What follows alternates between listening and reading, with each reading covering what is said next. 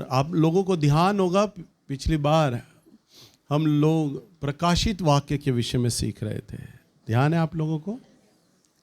अगर आप YouTube पे सर्च करें, गूगल पे सर्च करें तो प्रकाशित वाक्य एक ऐसा विषय है जिसके बारे में बहुत कम जानकारी है। क्यों जानकारी कम है?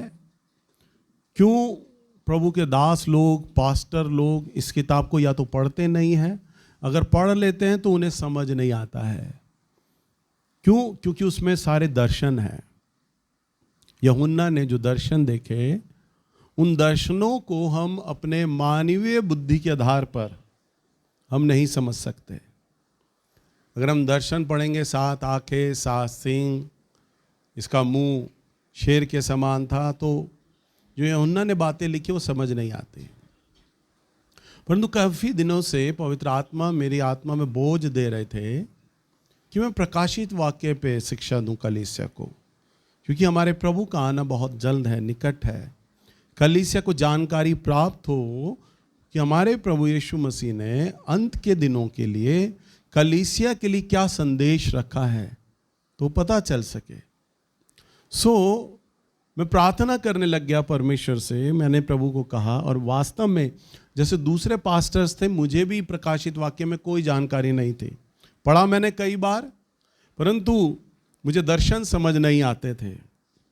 तो मैंने परमेश्वर की आत्मा से बुद्धि मांगी, और मैं अपने बंद कमरे में कई बार मैं रो रो कर ये बोला करता था, प्रभु आपने कहा है मैं तुझे, तू तो ये पृथ्वी की बातें सुनता है, मैं तुझे स्वर्ग के भेद प्रकट करूंगा, और ये तो स्वर्गीय ज्ञान है, स्वर्गीय खजाना, मुझे समझ नहीं आता, आप मुझे सिखाएं, इसके भेद आप मुझ पर प्रकट करें। तब पवित्र आत्मा ने मुझ पर ये अपने भेदों को प्रकट करने लगा। और हम जब इन पदों को हम सीखेंगे, word by word, sentence by sentence, जब हम सीखेंगे, एक एक पद में हम चलेंगे, तो मैं पढ़ते वक्त इन बातों में अब इतना डूब रहा हूँ। पवित्र आत्मा अपने स्वर्गीय खजाने को मुझ पर उंडेल रहे हैं। मेरे लिए भी बहुत कुछ है, नया है। आज मैं जो संदेश आपको दे रहा हूँ, ये मत समझिएगा कि भैया को जानकारी प्राप्त है, नहीं, मुझे ताज़ा ताज़ा जानकारी मिली है। और आप लोगों के लिए तो पूरा संदेश नया है, क्योंकि आपको इसमें कुछ भी नहीं पता। आप नई चीज़ों को सीखेंगे। मेरे लिए भी बहुत सारी चीज़ें नई हैं, और प्रभु प्रकट कर रहे हैं उन चीज़ों को। हालेलुया। अगर हम देखें प्रकाशित वाक्य की किताब, इसका 1 अध्याय, और जो कुछ तू देखता है उसे पुस्तक में लिखकर 7 कलीसियाओं के पास भेज दे, अर्थात इफिसुस और स्मुरना और पिरगमुन और थुआतीरा और सरदीस और फिलदिल्फिया और लौदीकिया को। बस अब यहां पर देखो, प्रभु यीशु मसीह ने अलग अलग कलीसियाओं के 7 नाम दिए हैं। ये 7 कलीसियाएं, सुन ध्यान से, प्रभु ने कहा मैं अंत के दिनों में आऊंगा, 2 स्त्रियां एक चक्की पे आटा पीसती होंगी, एक ले ली जाएगी, एक छोड़ दी जाएगी। 2 मजदूर खेत में काम तो करते होंगे, एक ले लिया जाएगा और एक छोड़ दिया जाएगा। हालेलुया। अचानक होगा रैप्चर, पलक झपकते ही प्रभु अपनी कलीसिया को ले लेगा। प्रभु अपनी कलीसिया को, अब आप कहोगे हम भी तो भैया, आप बोलते हैं वर्ड इन एक्शन की कलीसिया है, प्रभु ने इस कलीसिया को बनाया है, क्या हम सारे नहीं जाएंगे? देखो यहां पर प्रभु ने क्या लिखा, यहां वर्ड इन एक्शन कलीसिया का नाम नहीं लिखा, यहाँ सीएनआई कलीसिया का नाम नहीं लिखा, ये बैप्टिस्ट कलीसिया का नाम नहीं लिखा। यहाँ तो हम याजकों ने अलग अलग अपने चर्च के कलीसियाओं के नाम रख लिए हैं। ये मेरी कलीसिया, ये मेरी छोटी कलीसिया, ये मेरी बड़ी सी कलीसिया, या मनुष्य ने नाम रखे यहाँ। परंतु आप देखिए तो सही, ये प्रभु यीशु मसीह का दृष्टिकोण है। और जो प्रभु यीशु मसीह का दृष्टिकोण है, तो यहाँ पर 7 प्रकार की 7 कैटेगरी हैं, 7 अलग अलग कैटेगरी है। 7 कैटेगरी, 7 आत्माएं, 7 नेचर, चरित्र, 7 कैरेक्टर, 7 चरित्र, 7 प्रकार का स्वभाव उन कलीसियाओं का है। हमारी वर्ड इन एक्शन कलीसिया में भी जितने भी भाई बहन यहां हैं, वो सब 7 कलीसिया में आते हैं। कोई आता होगा इफसूस की कलीसिया में, कोई सुमरना की कलीसिया में, कोई पिरगुमन की कलीसिया में, कोई थुआतीर की कलीसिया में, कोई सिरदस, और कोई फिलेडेल्फिया, और कोई लदोकिया कलीसिया में। काजल पता नहीं किस कलीसिया में आती है, संजय किस कलीसिया में आता है। कहने को तो आप वर्ड इन एक्शन, ये जब तक पृथ्वी पे हो तभी तक है ये वर्ड इन एक्शन, पर प्रभु यीशु मसीह का दृष्टिकोण देखो। प्रभु यीशु मसीह आपको किस कलीसिया में रखते हैं, ये प्रभु का है। वो है जजमेंट करता, न्याय करता, और उसके न्याय पे कोई उंगली उठाने वाला नहीं है कि नहीं प्रभु जी आपने मुझे इस कलीसिया में क्यों डाला है। अरे प्रभु आपको कहेगा भाई बेटा ये तेरी योग्यता थी, ये तेरा चरित्र था जिस अनुसार तुझे इस कलीसिया में डाला गया है। आने वाले दिनों में हम प्रभु की आत्मा से हम ये सीखते चलेंगे इन कलीसियाओं के नेचर पे, परंतु अभी मैं इस कलीसिया के बारे में नहीं जा रहा। अभी मैं इसमें आगे हम सीख रहे हैं इन कलीसियाओं में आगे वो क्या कहता है। अगर हम देखें प्रकाशित वाक्य इसका 1 अध्याय उसके 4 पद पे अगर हम मनन करें तो क्या लिखता है वो कलीसियाओं के विषय में। यूहन्ना की ओर से आसिया की 7 कलीसियाओं के नाम, उनकी ओर से जो है और जो था और जो आने वाला है, और उन 7 आत्माओं की ओर से जो उसके सिंहासन के सामने हैं। हाँ, यूहन्ना की ओर से आसिया की 7 कलीसियाओं के नाम, उसकी ओर से जो है, जो था और जो आने वाला है। कौन है? जो है, जो था, जो आने वाला है। प्रभु यीशु मसीह ने कहा अल्फा और ओमेगा मैं ही हूं, आदि और अंत मैं ही हूं। देख जीवन की कुंजियां मेरे ही पास हैं। देख मैं मर गया था पर अब जी उठा हूं। था, है और होगा मैं ही हूं। और प्रभु कहता है और जो था और जो है और जो आने वाला है वो ये कहता है कि उन 7 आत्माओं की ओर से जो उसके सिंहासन के सामने है, उन 7 आत्माओं के, उन 7 कलीसियाओं के लिए 7 आत्माओं के नाम जो सिंहासन के सामने है। अब ये आत्माएं कौन है और कलीसिया से इनका क्या संबंध है, ये बड़ा विचित्र लगता है। ये आत्मा क्या है, कलीसिया क्या है। अब हमें सीखना है आत्मा। पहले हम आत्मा को देखते हैं।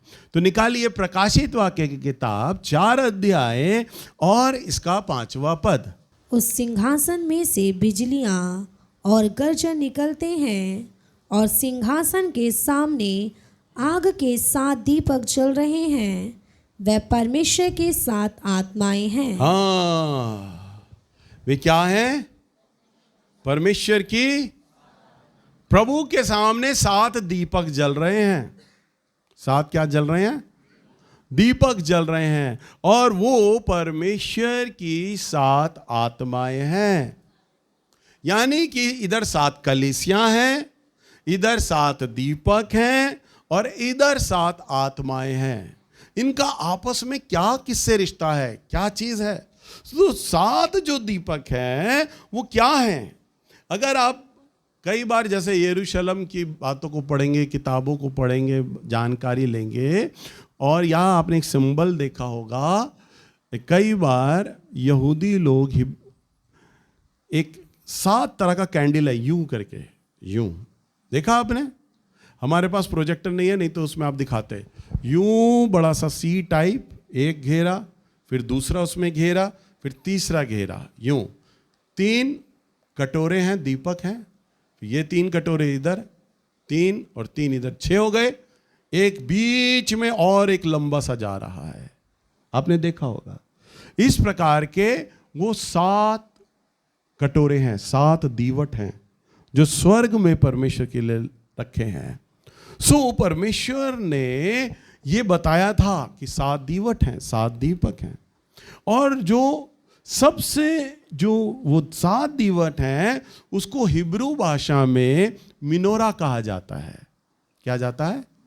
मिनोरा। अगर आप गूगल पे सर्च करेंगे व्हाट इज मिनोरा तो आपको इसका डिस्क्रिप्शन आ जाएगा कि क्या मिनोरा है, उसमें आपको पता चल जाएगा मिनोरा के बारे में। अगर हम प्रकाशित वाक्य की बात पुस्तक देखें 5वां अध्याय और उसका 6वां पद में अगर हम जाएंगे, पढ़िए बेटा। तब मैंने उस सिंहासन और 4 प्राणियों और उन प्राचीनों के बीच में मानो एक वध किया हुआ मेमना खड़ा देखा। उन 7 सींग, उसके 7 सींग और 7 आंखें थी। ये परमेश्वर की 7 आत्माएं हैं और जो सारी पृथ्वी पर भेजी गई हैं। बस हालेलुया। वचन में लिखा है। अब देखो, कई बार जब आपका यूहन्ना दर्शन देख रहा है ना, तो उस दर्शन को कैसा वो समझ रहा है, ध्यान देना जरा इस बात पे। दर्शन को वो कैसा समझ रहा है अब उसके ऊपर है। प्रभु तो उसे दिखा रहा है, परंतु दर्शन में वो क्या देखकर समझ रहा है, यूहन्ना अपनी बुद्धि की भी कुछ बातें उसमें लिख रहा है।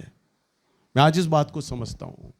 जब मैंने परमेश्वर के सामने रो रो कर प्रार्थना किया और मेरे शब्द हुआ करते थे, प्रभु जी आपने यूहन्ना को मन दिया कि उसने उन दर्शन की बातों को लिखा। प्रभु आपने मुझे कहा है तू स्वर्ग के भेद जानेगा, आपने बोला है मुझे। सो प्रभु मैं भी आपका वो यूहन्ना बनना चाहता हूं। आपने तो उसे दर्शन बताए, आप मुझे उसका अनुवाद बताइए।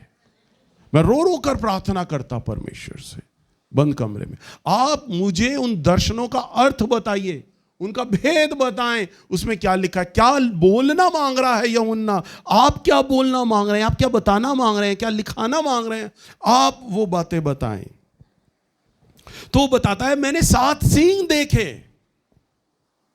तो 7 सींग मैं बताता हूं आपको। अगर आप मिनोरा को देखें तो यूं करके, जो वो यूं करके है सी टाइप में, यूं फिर एक सी, फिर एक सी और यूं, तो बिल्कुल वो ऐसा लगेगा जैसे हिरन का सिंग हो, जैसे 12 सिंगा का होता है ना सिंग, उस तरह का वो सिंग लगता है। तो वो एक डिस्क्रिप्शन दे रहा है कि मुझे वो सिंह की तरह लग रहा है वो चीज। अब कई बार मानसी, शिवानी या ज्योति, जब प्रभु इन्हें दर्शन देता है, ध्यान से सुनिएगा, एक ये प्रोफेसी करने वाले आने वाले समय में कैसे मंजते हैं, इस बात को सीखो बेटा, कैसे मंजते हैं। प्रभु आपको, उदाहरण के लिए अभी जैसे बीते दिनों में कई बार हमारी कलीसिया में गड़बड़ी भी हो गई है। प्रभु सामने वाले को दिखा रहा है इसको औलाद होने वाली है, संतान होने वाली है, संतान, गर्भ में एक शिशु दिखाई दिया, संतान हो रही है गर्भ में। प्रभु दिखा रहे हैं आने वाले दिनों में से संतान होगी, संतान होने जा रही है। पर हम तो भारतीय लोग हैं, हम संतान का मतलब मालूम है क्या समझते हैं? लड़का। लड़की को गिनते ही नहीं हम लोग। किसको गिनते हैं? लड़का। तो हम कई बार ये समझ पाते हैं अच्छा लड़का दे रहा है परमेश्वर। संतान का मतलब हमारी तरंगों में विचार जाता है लड़का होने वाला है। तो हम, प्रभु ने तो नहीं बोला कि बेटा मेल होगा लड़का होगा, प्रभु ने तो संतान दिखाई, परंतु देखने वाला उसका क्या अनुवाद कर गया? लड़का, और हो गई लड़की। सामने वाला ठोकर खा गया, मेरे लिए तो लड़का बोला था, लड़की कैसे हो गई? ये प्रोफेसी, ये प्रोफेट, ये प्रोफेसी गलत चली गई। गलत नहीं गई, अनुवाद गलत कर दिया था उसका। जो दर्शन देखा ना वो गलत हो गया। तो उस समय जब जितने भी भविष्यवाणी करने वाले लोग हैं, जब आप भविष्यवाणी करते हैं, प्रभु ने शानू को बहुत साल पहले, 2 या 3 साल पहले, प्रभु ने उसे साफ कहा मैं जो तुझे बोलूं और जो मैं तुझे दिखाऊं तो शब्द दर शब्द बोलना, बस उसके आगे एक शब्द मत बोलना। तो अपनी बुद्धि लगा के कोई शब्द मत बोलना, जितना मैं कहूं तो सिर्फ उतना करना, बस उतना बोलना, फालतू मत बोल जाना, नहीं तो गलत हो जाएगा। तो चाहे मानसी हो, ललिता हो, शिवानी हो, ज्योति हो, जो भी हमारे बच्चियां दर्शन देखती हैं, या आप जो आने वाले समय में दर्शन देखोगे, तो उस दर्शन का जो अनुवाद है, जो प्रभु आपको दिखा रहा है ना, उसका अनुवाद सही सही होना चाहिए। क्या लिखा है? स्वर्ग में वो मिनोरा को देख रहा है। वहां पर आप गूगल पे सर्च करना मिनोरा के बारे में। जब मिनोरा वो सर देख रहा है, पर वो मिनोरा को तो लाइफ में पहली बार देख रहा है, तो वो देखता है सिंह के समान है। ये कैसा है? सिंह के समान है? एक जानवर का सिंह है, उसके समान है। 7 तारे, 7 आत्माएं, 7 कलीसियां भेजी जाती हैं, यानी 7 आंखें। लिखा है 7 आंखें, 7 सिंह और 7 आंखें। अब देखो आंखों का भी हम भेद समझेंगे। यूहन्ना यहाँ पे उस बात को क्या बोलना मांग रहा है वो समझ ही नहीं पा रहा, यूहन्ना भी उस बात को, परंतु हम सीखते हैं। देखिए निर्गमन की पुस्तक 25 अध्याय और उसके 33 पद को यदि हम पढ़ें तो यहां पर परमेश्वर ने पहली बार मिलाप वाले तंबू के लिए मिनोरा को बताने के लिए बोला। मूसा को प्रभु ने बोला, तब मिलाप वाले तंबू में 7 दीवट रखे जाते थे, यानी मिनोरा रखा जाता था। उसकी संरचना के विषय में परमेश्वर ने, यहोवा परमेश्वर ने, हमारे यावे ने उसको बोला। तो निर्गमन 25 अध्याय और उसका 33 पद। एक एक डाली में बादाम के फूल के समान 3-3 पुष्पकोश, एक एक गांठ और एक एक फूल हो। दीवट से निकली हुई 6 हो डालियों का यही आकार या रूप हो, और दीवट की डंडी में बादाम के फूल के समान 4 पुष्पकोश और अपनी गांठ और फूल समेत हो। बस यहां पर हम देखो, यहां पर परमेश्वर मूसा को दीवट बनाने के लिए बोल रहा है। और क्या बोल रहा है? बादाम की डाली तुझे लेनी है, बादाम का फूल लेना है, बादाम का फल यानी बादाम तुझे लेना है और उसका वो दीवट बनाना है। वे 7 दीपक होंगे। और इस तरह से उस जमाने में बादाम की लकड़ को काट कर, अगर आप गूगल पे जाएंगे तो जो उसके दीवट थे ना, वो बादाम की लकड़ से बनाए जाते थे। और बादाम का आकार कैसे होता है? आंख के समान, मनुष्य की आंख के समान होता है, आंख दिखाई देती है। मिलाप वाले तंबू में जो प्रभु ने मूसा को बोला ना कि तू 7 दीवट बनाना, यानी 7 दीवट परमेश्वर की आत्मा का प्रतीक था। अभी हम गा रहे थे ना, यहोवा तू उपस्थित है यहां, तो मिलाप वाले तंबू में परमेश्वर की उपस्थिति होती थी। और वो 7 दीवट लगातार जैतून के तेल से जलते रहते थे, जिनसे ये पता रहता था कि परमेश्वर यहां है, उसकी उपस्थिति है यहां पर। और तब वो उन्हीं दीवटों को देखता है जो बादाम के समान है, और उन बादाम के समान उन बातों को देखकर वो ये लिखता है, वो आंख है। वो क्या है? आंख है। उसे वो दिखाई दे रहा है, दर्शन में वो देख रहा है, पर उसको आंख बोल रहा है।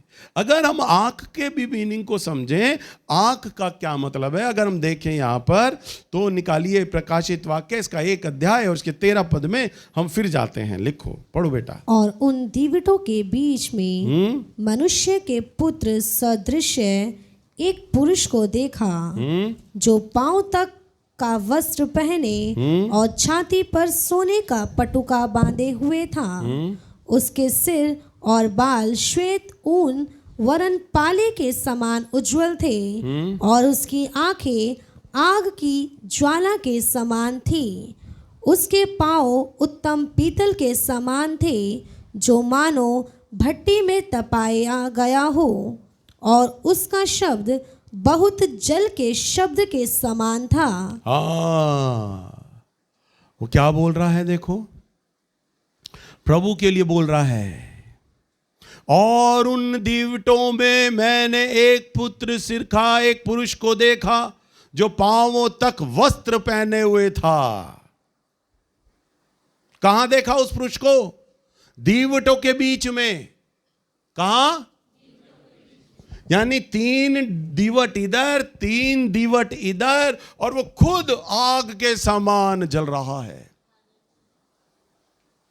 अगर आप मिनोरा को देखें तो 3 दीवट इधर और 3 दीवट इधर, परंतु जो बीच वाली डंडी है ना, वो सबसे लंबी और ऊंची है। वो सबसे ऊंची और लंबी जो है ना, वह कहलाता है परमेश्वर का स्थान। क्या कहलाता है? परमेश्वर का स्थान, परमेश्वर की जगह। और परमेश्वर की जगह क्या है? यूहन्ना देख रहा है, मैंने मनुष्य के पुत्र को दीवटों के बीच खड़ा हुआ देखा। हालेलुया। और वो कहता है कि मैंने उसको दीवटों के बीच में देखा, जो पांवों तक वस्त्र पहने था, जिसके छाती पर सोने का पट्टूका बांधा हुआ था। पहले जमाने में राजा महाराजा सोने के जेवर पहनते थे, बालाएं पहनते थे, और एक बड़ा सा लॉकेट उस पर होता था, और उस पर उनकी राजसी मोहर खुदी होती थी, राजसी चिन्ह होता था। ये फलाने देश का राजा है, पहचान लिया जाता था उसके चिन्ह से। ये फलाने देश का राजकुमार है, पहचान लिया जाता था। पटुका होता था, लॉकेट को पटुका बोलते हैं, वो लॉकेट था प्रभु यीशु मसीह के भी गले में, क्योंकि अब वो राजा है। हालेलुया। तो पटुका बांधे हुए है वो। 14वें पद में उसके सिर और बाल श्वेत ऊन वरन पाले के से उज्ज्वल हैं। क्या है?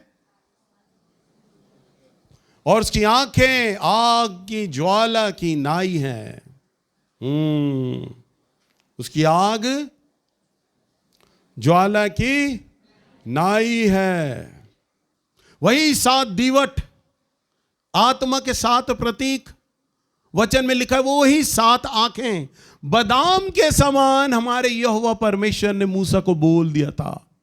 और बादाम का जो आकार और उसका जो रूप होता है, वो आंख के ही समान होता है। तो जो दीवट है वो परमेश्वर की आंख है कि मैं तुम्हें निहार रहा हूं।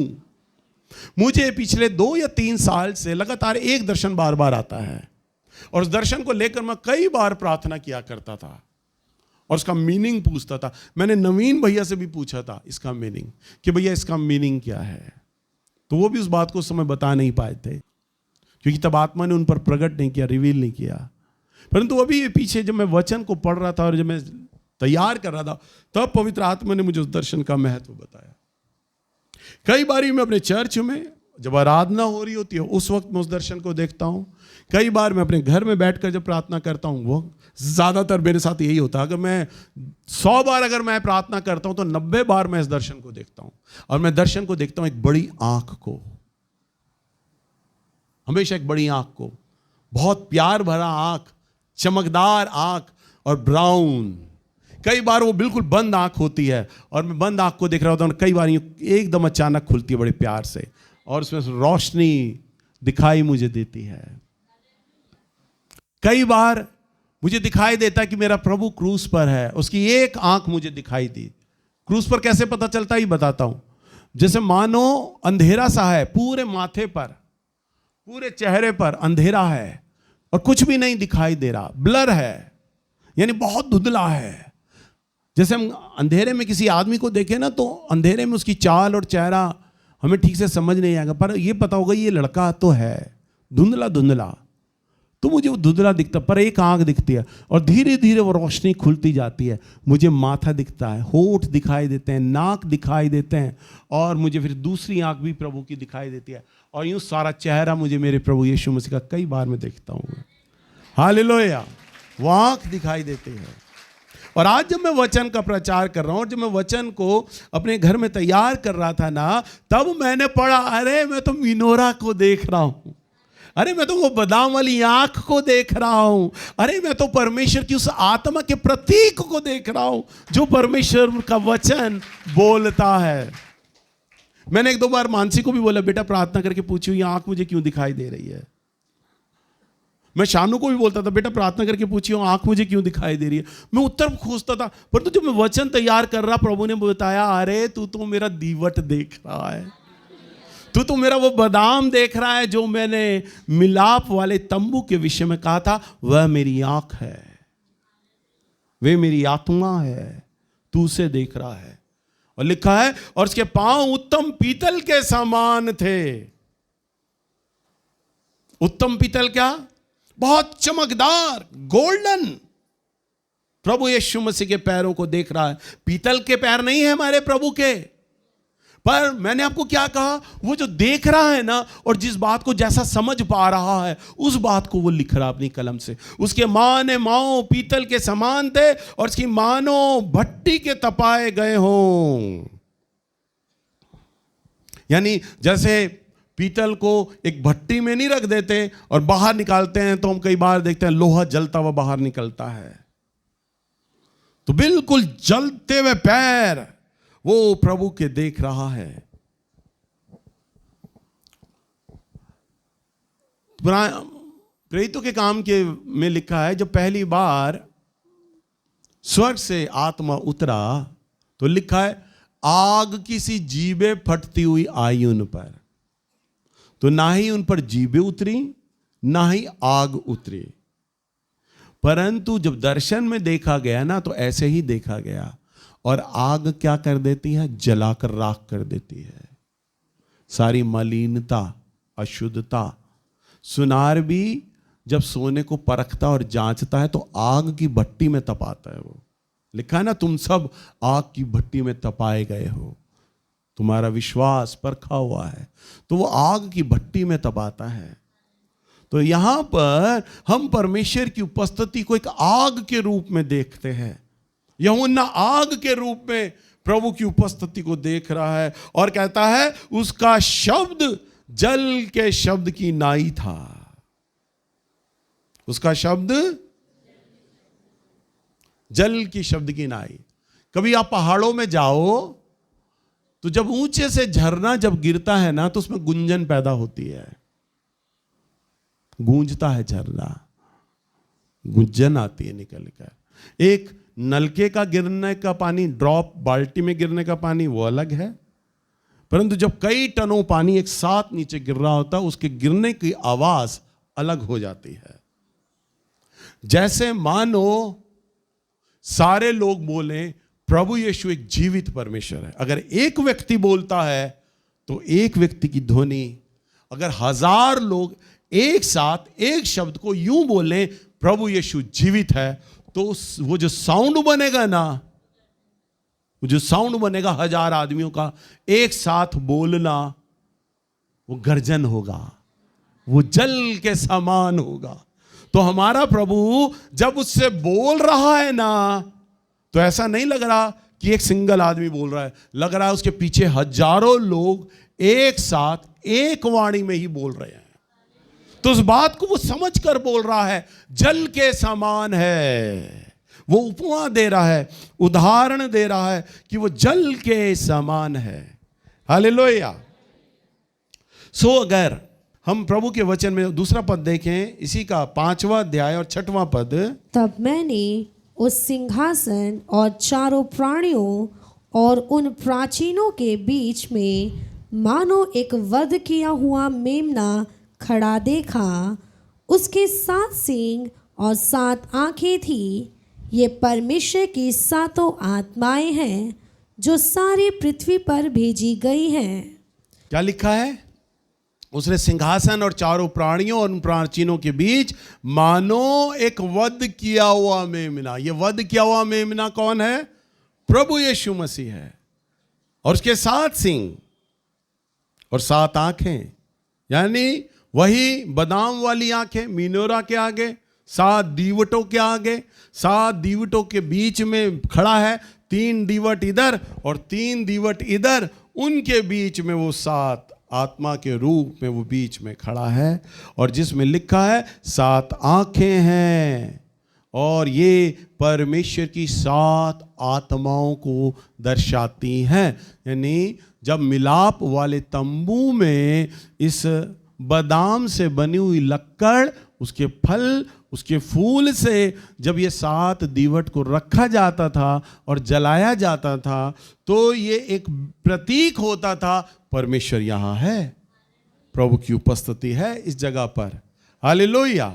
सो अगर हम पुराने नियम में चलते हैं तो यहाँ पर अगर हम गिनती की पुस्तक में जाएं और 17 अध्याय में अगर हम जाएं तो यहाँ पर मूसा अब देख रहा है कि मैंने अब जाना है और मेरे पीछे अब हारून को बनाया जाना है। और हारून जो है उसे एक याजक के रूप में तैयार कर रहा है मूसा। परंतु जो 12 गोत्र के लोग हैं, हारून लेवी वंश का है, लेवी गोत्र का है, और परमेश्वर ने आज्ञा दी थी कि लेवी ही मेरी मंदिर की सेवा किया करेंगे। तो हारून जो है वो लेवी गोत्र का है।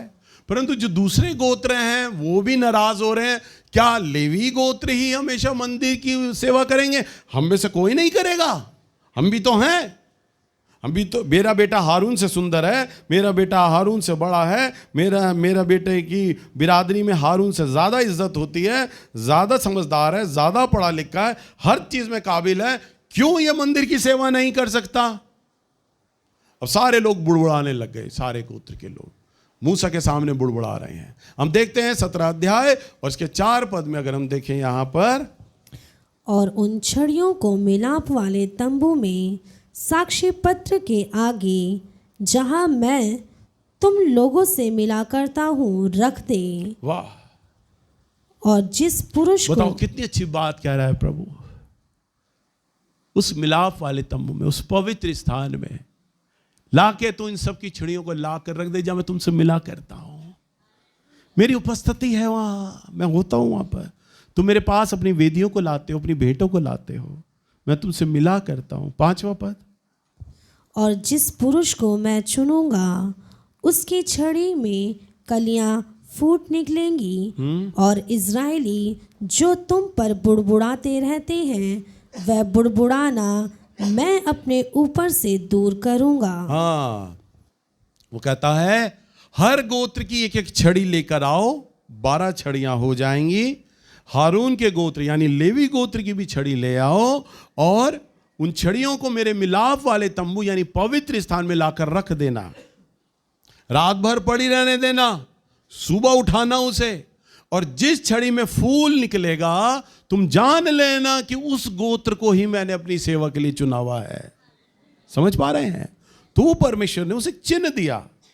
अब हम देखते हैं यहां पर इसके 8वें पद में, सब लोगों ने ला लाकर अपनी छड़ियां दे दी और मूसा ने सबकी छड़ियां मिलाप वाले तंबू में रख दी। अब देखिए ध्यान से, अब जितने भी इस्राएली लोग थे ना, उन्हें यह तो विश्वास था, मूसा के ऊपर विश्वास था, उन्हें विश्वास था मिलाप वाले तंबू पर, पवित्र स्थान में परमेश्वर रहता है, उन्हें यह विश्वास था।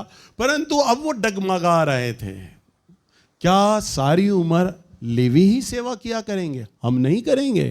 तो वहां पर अब देखो प्रभु क्या कहता है 17 पद के 8वें पद में, दूसरे दिन मूसा साक्षी पत्र के तंबू में गया, यानी वाचा संदूक, जहां वाचा का संदूक है वहां गया, तो क्या देखा कि हारून की छड़ी जो लेवी के घराने के लिए थी, हाँ, हारून की छड़ी जो लेवी कुल से था, लेवी घराने का था, उसमें कलियां फूट निकली। उसमें कलियां क्या निकली? फूट निकली, अर्थात उसमें कलियां लगी, और उसमें कलियां लगी, फूल भी फूले, हाँ, और पके बादाम भी लगे हैं। बताओ, एक ही दिन में परमेश्वर ने आश्चर्य कर्म कर दिया है? एक दिन में तो ठीक से कोपल भी नहीं आती बाहर, और यहां लिखा है उसमें कलियां भी आ गई, फूल भी लग गए, और पक्के बादाम भी आ गए। वही पक्के बादाम, 7 आत्माएं, 7 आंखें, यानी परमेश्वर ने अपनी सेवा को करने के लिए बादाम को चुना। खाना आज घर में जाके बादाम, हालेलुया। तो बादाम को चुना, तो बादाम के फल निकल आए। और आपको ये जानकर बड़ा आश्चर्य होगा जो मैं बता रहा हूं, जब मैंने इसको इंटरनेट पे खोजा बादाम के बारे में, तो यरूशलेम में, इस्राएल में कई तरह के फल होते हैं, कई तरह के, खजूर आता है, अंजीर आता है, मेवे आते हैं, कई तरह के। पर फलों में जब ऋतु आती है ना, जब साल शुरू होता है, जो सबसे पहला फल जो आता है ना, वो बादाम का आता है। कितनी चौंकाने वाली बात है, मैं देखकर हिल गया। देखो वहां भी परमेश्वर ने पहला फल जो आएगा इस्राएल में, वो बादाम का आएगा। हालेलुया।